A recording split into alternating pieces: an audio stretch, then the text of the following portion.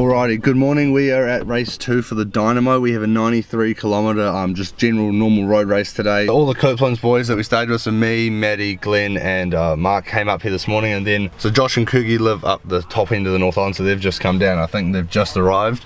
And our new sponsor for the team, we have POC helmets are sponsoring us, so they've got literally like 2 boxes full of POC helmets for us, so hopefully I can go get my hands on one pretty soon.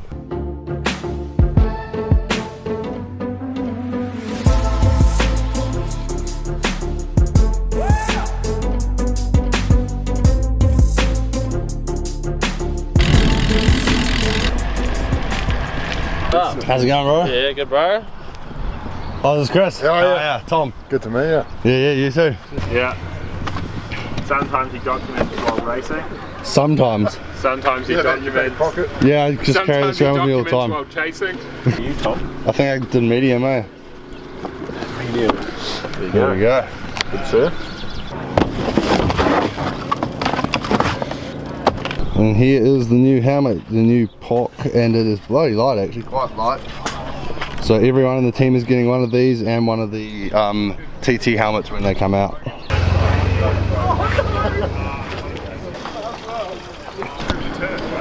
Getting all the secrets.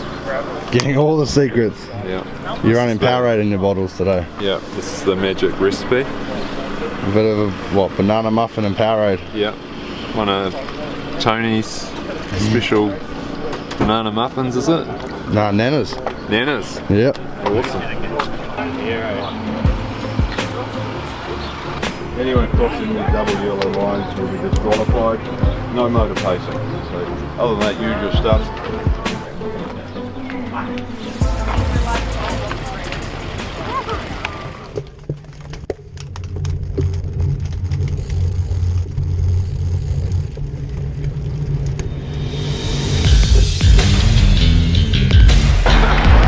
Go guys!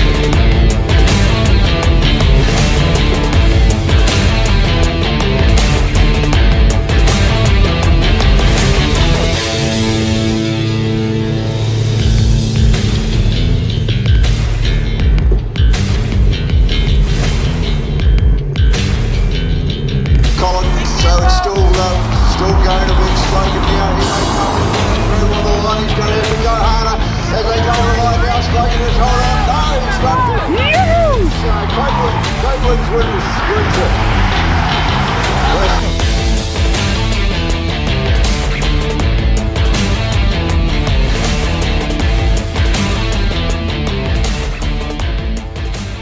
So Couplands winning the race, and they're right up there on points too. So interesting to see how it plays out now. Players, I think I can see.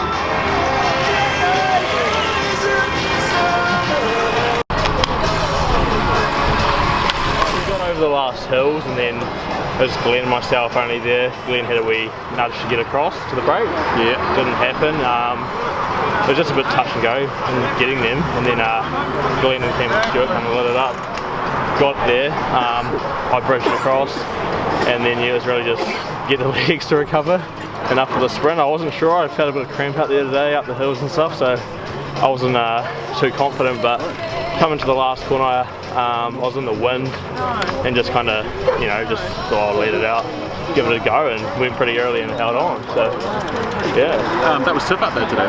They were tough roads out here. Yeah, just real heavy chip out there. The hills, a little bit of wind, made for a hard day. So yeah, I think there was a lot of dull legs at the finish, and especially that breakaway, they had pretty dead legs. So when did the break go? Break would have been probably 30k in, right? Maybe. And yeah, I was actually chasing for the teammates and started bringing it back. We got it there, and then it just went again. So it was just a bit disorganised from the bunch, but yeah, and then it was just chase all day. So it's a long day to chase. Yeah, it was. Alrighty, I am back home now after a grueling 5-hour drive straight after the race. Luckily, Mark and Maddie drove the whole way home, so I actually didn't touch the steering wheel. So that was pretty good because I was pretty exhausted after the race. Alright, so a little race breakdown. The race was 93 kilometers. We just went out in neutral, and then we did a little dog leg type thing. We went over a bridge onto the other side of Tokarai, and then we did 2 little laps. And each of those little laps, there was a few rollers, and then probably like a false flat, which was quite hard. And it was like, I think it was about 1.5 minutes, 2 minutes, just straight up there. You kind of looped round. And then through that section, there was like 3 or 4 attacks, and then one of them started to stick, and I think it was about 4 guys. 2 guys went, and then Regan Goff pulled another guy across to the break there, and there was about 4 or 5 of them out the front. Finished the second of the small laps and headed out to do the one big lap past the dam. And so at the end of that second lap, we didn't have anyone in the break, so I remember we had, I think Josh and Langers were up the front just doing like a bit of pace line, trying to bring back the break. And then I think Glenn was getting pretty worried about the breakaway getting away, so he came back. I saw him rolling down the bunch at me. I was like, oh no, I think he's looking for me. And he comes back and he looks at me and he's just like, Tom, to the front now. So I did a few laps on the front with Kurgi and Josh, and we just rolled and we rolled and we rolled. I think we rolled for about 10 minutes the first time, and then we let the other guys come through, and then we did probably another 5-10 minute stint. And then at the end of that stint, I don't know why, but I got a bit of a rush of blood to my head because I could see the breakaway. We were probably within 100-200 meters of them. And then we were going up this little berg, just like a little punchy power climb, and then Glenn was at the front. I was like, alright, I'm going to help Glenn get back to the break. So we were doing like 600-700 watts, and I was like, oh, I'm feeling pretty good. And then I roll up, and then I try to do this big turn on the front, so hopefully that I can like pull Glenn right to the back of the breakaway, and then either he can launch a new attack, or Kurgi can launch a new attack, or someone from the team. So then I get to the top of this roller, and then it rolls onto another one. I was like, oh yeah, okay, the legs are pretty sore now. And then I'm pretty sure another rider saw that, and then there was just attack after attack, and then the entire bunch strung out. Then I just blew up from there, and then I just rode to the finish. I would have liked to do a little bit more work for the team, but I'm pretty sure what I did helped. But obviously next time, hopefully I can be fitter and then last a little bit longer. So then the race played out. I'm pretty sure everyone else just rolled, and then they caught the break to the bottom of the climb, and there was like a 7-kilometer really rough road, and it just like a 7-kilometer climb up to the top, and then from there I think it was about 15 to 20 kilometers to the finish on the top of the like penultimate climb on the stage. And what I heard from the boys is that Glenn just jumped on the front of that climb, and then he just disintegrated the field, and then it just whittled out. So then Mark and Josh had probably done their day of pulling, so I think they dropped off about there at the bottom of that climb. And then I think over the top there must have been about 20 guys left in the main group. But yeah, Kurgi made it over the top with Glenn, and then I think they rode to the bottom. But yeah, there were a few attacks in the last 15k, but somehow Kurgi managed to bring them all back, and then he went for a real long sprint into the finish and then took the win. And then that win, because of he got second at the last round, has now put him into the yellow jersey, the leader's jersey. So overall, for a team effort, we did really well. We took home the yellow jersey and a stage win. You can't ask for much more than that. But yeah, that is going to end today's video. If you did like it, please give it a thumbs up, and if you want to follow our team Instagram, I'll put the link to that in the description, and subscribe if you haven't already.